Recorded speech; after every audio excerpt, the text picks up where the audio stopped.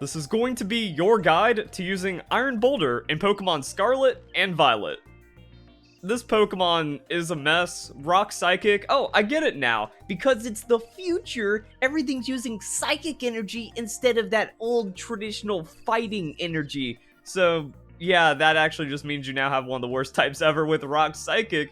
So, if you want to use this thing, you're going to have to Terra. But is it even worth using? Because, like, 124, 120. Okay. Maybe in Generation 6, that's a decent offensive, like, stat combination. But now we got power creep, son. 130, 145 is what you can find on Pokemon. 135, 135. You have 135, 120, but then Chien Pao just lowers everyone's defense. And then, yeah, so offensively like this doesn't make a lot of sense. The 123, 124 creep, that's just some weird stuff we've been seeing, but it kind of falls back into Weavile. Wait a second. Weavile's just always been 125, 120. Either, like, everything about competitive is fraudulent because it never got used, or it actually just kind of shows, like, yeah, this doesn't fall into any good damage theory lines, and 124 speed is just kind of out of place, especially now. Which means the only thing this Pokemon has going for it that other sweeping Pokemon with similar stats don't is the bulk. That sweepers are going to be susceptible to one-hit KOs, this less so. Even like 90, 80 is getting like in that above average, kind of tricky to KO, but if the opponent hits you with a strong neutral hit, especially Terra boosted, you could go down to a physical hit, and then 108, 90, alright, you got some special bulk, so you'll survive at like 10 health into a strong special attack, but you're also weak against everything, so that's not going to help. 120 attack doesn't really do anything for you offensively. You want to go adamant to like get the most damage down, but 124 speed then puts you in a really weird spot, because if you go adamant nature, you lose to 110 speed. Now 110 speed hasn't been relevant in a while, but that's just unfortunate. And Ninetales has been seeing some play, but you're still slower than the 109. Now, damage theory on 120 attack isn't good. Even if you are adamant, you're not finding like crazy amounts of one-hit KOs unless you're scaling into crazy damage. So if you do go Jolly, it means you're finding the weird speed creep, but you're also just like 2-hit KOing everything, and you're still 2-hit KOing everything on adamant. Man, this is just a boring Pokemon, except in doubles, I guess, because you have Mighty Cleave, bypasses protection, but doesn't break it. So if you just need like a safe option that you can't screw up into hitting the opponent, there you go. My question then is, why not run Urshifu when Urshifu has the Unseen Fist and just the stupidest power creep? I struggle to think about what else this Pokemon offers to where it's like, yeah, it's also really good, and then it's really, really good because you can't get outplayed on a Protect. It's also a 95 power Rock type move. So it's like Stone Edge that won't always miss, and really only has like the most oomph in doubles.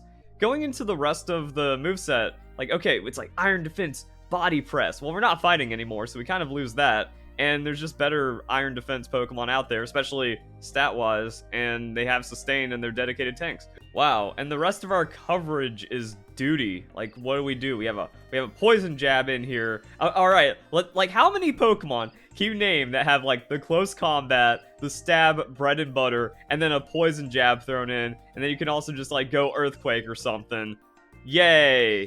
Look at them go. Plugging that into the type coverage checker, we can see 837 super effective hits. So it makes me wonder, like, how much... What, really?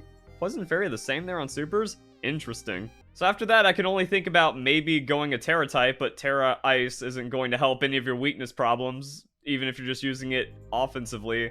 And trying to splash in some other ones, Psychic is bad. Flying surprisingly finds it. I think we discovered that with Dragonite, where, like, back in Generation 6, Generation 7... if you had, like, Dragonite with a flying type move and then, like, some other stuff, you ended up with the most super effective hits. But I guess you don't need to Terra to get enough super effective hits, and the reason why I was looking this up is, okay, Life Orb is fraudulent, we know this, but maybe you just outspeed enough, and then you Life Orb, and if you hit anything with a super effective hit, they get KO'd. I was looking at our overall durability, and we get one shot by Fluttermane Specs Shadow Ball, which means if they're not doing any of that boosting stuff, we can survive certain super effective hits on that 90, 108. So at least you can survive something, and then everything else is going to be like a 2-hit KO if you Terra off of a weakness, or however else the damage goes. Now let's take a look at that damage offensively. So we slap on the Life Orb, And then a super effective non-stab Earthquake isn't enough, but then a super effective Rock type move or a stab move is going to be enough. Also, yeah, Rock Psychics, I mean, what do we, like, again, Psychic is awful for our coverage. So what do we get rid of to make room for stab that then finds the damage potentially on a Psycho Cut? Except Psycho Cut doesn't find it, because we just get slightly more damage than an Earthquake. What? There's no way this Pokemon is that garbage. So I'm gonna put in the Psycho Cut. We have 42 to 51, 44 to 52. Math holds true. Now we can switch it around and go Adamant Booster Energy, but then we lose a lot of outspeeds and we don't really gain that much damage. It's only a 10% damage increase because Booster Energy and Life Orb are the same. It means no Life Orb burn, but that's it. And then you just compare it to Gouging Fire's stats. It looks like Gouging Fire is bugged or something. Why power creep Garchomp? It's like Game Freak saw Garchomp not being as prevalent as it's been in the past and went, you know what? We need to just up those stats and introduce it on a Paradox Pokemon, and that'll solve the problem. It's like, no, now there's less reason to run Garchomp, and there's more power that's been injected into the game, making other options obsolete. Wait a second, I was thinking about comparing to Terrakion, so it's like 90s on the hit points and defenses. So Terrakion is like the old school, hey, I'm using a legendary Pokemon, I can take a hit and I can dish a hit, and maybe I find a weird speed tier. But I mean, look at this, like the difference here is 181 versus 189. And that's on the same speed because you're switching like the Adamant and the Jolly Nature. And I guess it's like the optimization is literally the special attack versus the attack, and then like some other, and then the durability getting sprinkled around just a little bit. And it's just Terrakion that kind of doesn't have an ability, but Terrakion didn't really have an ability.